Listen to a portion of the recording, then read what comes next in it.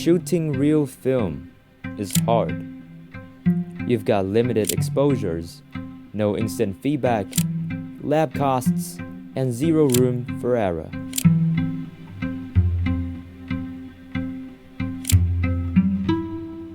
What's up guys, it's Steven.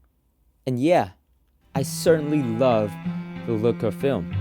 It's always that organic film look captures subtle feelings. But shooting actual film? I don't think it's always practical and budget friendly. That's where Dehancer Pro comes in. It's a plugin that brings the film look, such as the grain, halation, bloom, and a whole library of classic film stocks straight into your digital photography workflow. If you watched my last video, I did a full review and tutorial on Dehancer Pro plugin for Final Cut Pro. But today, I want to talk about photos and Dehancer's photo editing capabilities. In this video, I'll walk you through the Lightroom plugin, my editing process, and show you how to turn your clean digital shots into warm cinematic images with real film character. Let's get started.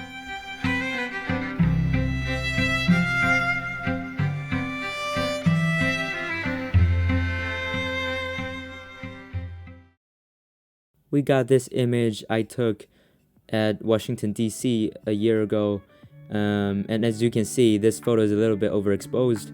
So I'm just go to the tab and turn down the exposure for 0.55, I guess, and then let's just jump right into the Dehancer plugin. So let's right click on the photo and go to edit in, and if you install it properly, you'll see edit in Dehancer Lightroom plugin right here.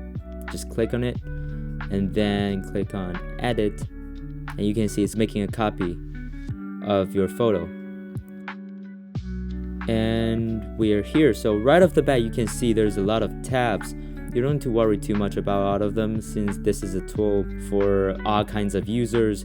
So if you just want to have fun with it, just like me, just the enthusiasts, don't worry about it. I'll take you step by step on how to use these tools properly. If you look at the top right of this plugin, of this window, you can see there's a film, and you need to click on it, and you'll see the film profiles right here. The film profile tab includes tons of film stocks emulated by Dehancer team, and they've got Fujifilm, Kodak, Lomochrome, and more, you name it. You can just choose your favorite one. I'm just go with the Kodak 200 right here. And if you click on it, it doesn't really change anything. You need to toggle it by click on the checkbox. And now you see apply some color presets to the image. After that, let's go to the right side of the tool. So on the right side, as you can see, there's source, film developer, compression, expand, print, color head, film grain, halation, bloom, and some more. You don't need to understand every one of them. I'm just going to teach you how to use some of the most essential tools under these tabs. So let's go into source first. So source means some basic adjustments to your image. So for like what I just did with exposure, you can also achieve it here. Just adjust the exposure, compensation slider, and you'll see it changed the image. And you can also change the temperature. For example, I want to go a little warmer, so I just move it a little bit right here. And then if you're settled with the basic adjustment, you can just jump into the next tools, which is a film developer. So here you can adjust the contrast. For example, you can boost your contrast by sliding it to the right, and you see the image looks popped. And when you see there's a little blue sign shown on the image, that means it's clipping, which means the dark is complete black right now, and probably you want to avoid that because you don't want your photo get crushed too much. So I'll move left a little bit to avoid that. And yeah, and the next is the gamma correction.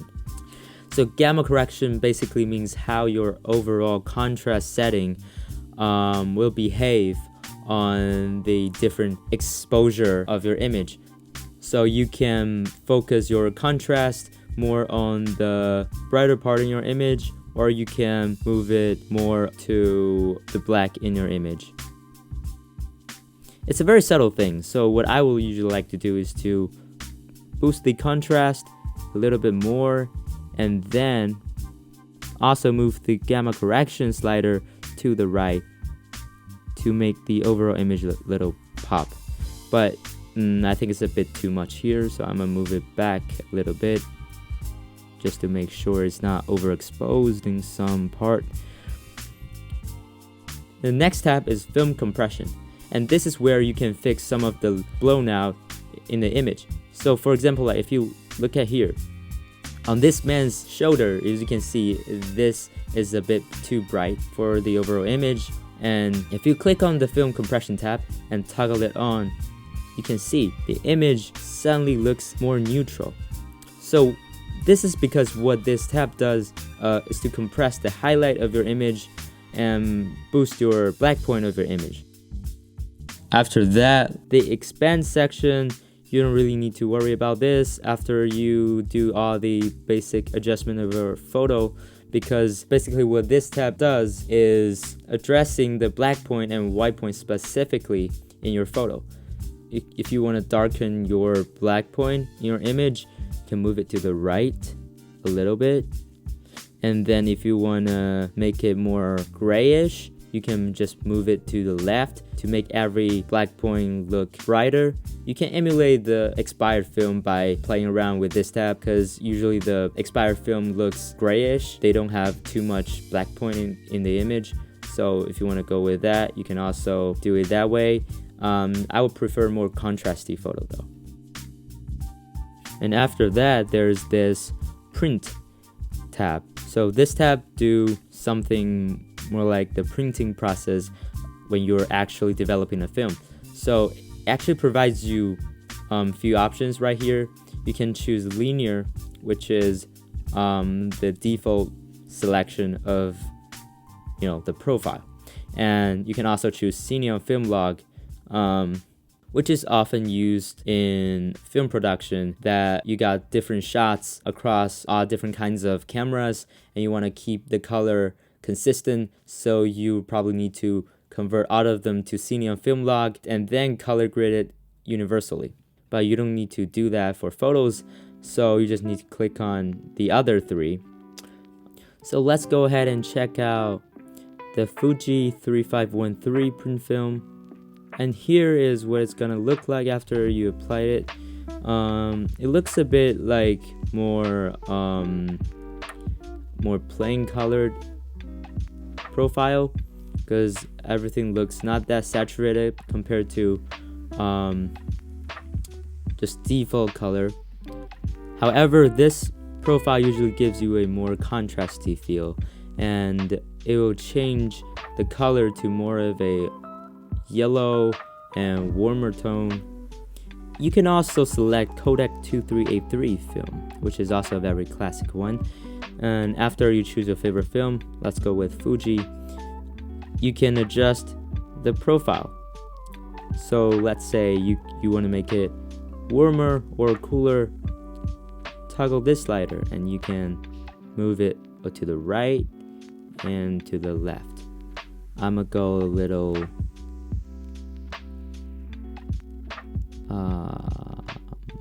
I'll go a little cooler because I think it's a bit too warm. And then you can also adjust exposure here and contrast, color density. If you think it's a bit too plain, you can just boost up the color density for more vibrance, just based on what you like. Play around with it, it's pretty cool. And next, the color head. This tab, I do not usually touch it because I'm not that of a professional colorist. So what color head does is to adjust the different parts of a photo based on the color of this image and the brightness of this image. So you can change the overall blue and yellow parts to more blue or yellow, and You can also play with magenta and green, cyan and red. I'm not that professional, so I'm just leave it right there. And however, you can play around with these three tools, which is the shadows, midtones, and highlights. These three are more intuitive. If you want to make the overall image look warmer, you can adjust the midtone. Right there, right here, yeah. And if you think it's a bit too much on the highlight or the shadow, you can always bring back the highlights by adjusting the highlights tone slider. Oh, it's a bit too much. And yeah, look at that. So it's kind of like you're masking the shadows, midtones, and highlights separately to adjust them in different way. So yeah, you can play around with this tab. And next, here comes the big thing of film emulation, which is the film grain. So this tab, as its name, adds grain to your image. So if you toggle it on, right off the bat, you can see there's some grain applied to your image. So if you click more, you can see it gives you pretty much a lot of presets. So based on my testing, from 8mm to 65mm presets, the higher you go, the finer the film grains are. So if you click on 65mm ISO 500, you can see the grain is very subtle. However, if you click on the 8mm ISO 50, it gets much more grainier. You can just play around with the presets. I usually like to go with 35 ISO 50. It gives me that very subtle grain to the image, not very intrusive, and it gives you that, that texture to the image. You can always click on custom and make your own presets or adjust your own grain. So if you can make the size of the grain larger and adding more to the image. If you want to make the image look clearer, you can turn up the resolution slider, and you can always change the different amount of film grains applied to different parts of your image. So I'm just go with 35 ISO 50. Next thing we're gonna do is the halation. So halation is the effect that you see in lots of film movie. There's that red glowing effect to the bright parts of your image, and if you turn it on, you can see there's an intense effect of glowing around the subject and basically every parts of your image. If you want to turn that off a little bit, or you just want to make it limited to your light source, you can choose a higher millimeter profile to make it look less. And if you don't want everything to have this effect, you can go to custom and turn up the source limiter, which limits the effect of halation to more of the light sources rather than all of the subjects in your photo. And you can always see where these are by turning on the mask mode. So if you turn it on, you can see the more you turn up the source limiter, the less halation it will apply to the image. So if you compare it to low source limit, like most of the edges are glowing. And if you turn it up, only some of the light sources or the brighter edges will glow, will have this halation effect. And the next tab is the bloom tab. So what this does is like adding a black mist or a mist filter to your image. So if you toggle it on, the image feels softer and the light source feel, it glows more to the overall image. I don't like too much bloom to the image because I want to keep the clarity while adding the film emulation. So usually I'll go with 35 or 65. And another reason is when I shot this image, I've already have a black mist filter applied to my camera, so I don't really need too much bloom effect in post-production. And in the newer version of Dehancer Photo, it adds the film damage tab to the tools. So what it does is to add some scratches and black lines to the photos, which emulates the scratches or some dusts when you're actually scanning the photos. Okay, let's go to overscan. So what overscan does is adding a border to your film to emulate the uncropped version of your film image. So when you usually go to a scanning process, you will have to crop it after you scan them out. And overscan means it keeps the border of the film to your image. So you can choose between Super 35 or Super 16 millimeters, or you can choose more cinematic widescreen. Yeah, and you can change the shape from sharp to more rounded. And if you don't want that orange hole on two sides, you can go over to perforation mode and turn off. And right here you get a cleaner look to your overscan. And the last tab is the vignette. It does what usual vignette tools does. It adds that little darkened corner to your image. And yeah, and that's basically all of the tools I just went through about Dehancer Photo plugin in Lightroom. And if you want to save the profile of the current adjustment you just did with a single photo, you can go ahead and click presets on the top left and click on this button, this plus button. Click on it and you can name your own presets. Let's say Washington DC, and name the author and click on add presets. And you can see I've already added some of the presets from other images to this library. And if you want to use your presets, let's say for this photo, just do the same process again to open the plugin tab. You can go ahead and go to the library and go down. You can see the presets you just saved from another photo. So you just need to click on it to apply the presets, and look, just for one click, it adds all of the adjustment you just did with the tabs on the right side. And here is the results, completely done on the Lightroom plugin of Dehancer Pro. And I would say the design of this tool is very intuitive, and it can do mostly everything you can imagine of film emulation.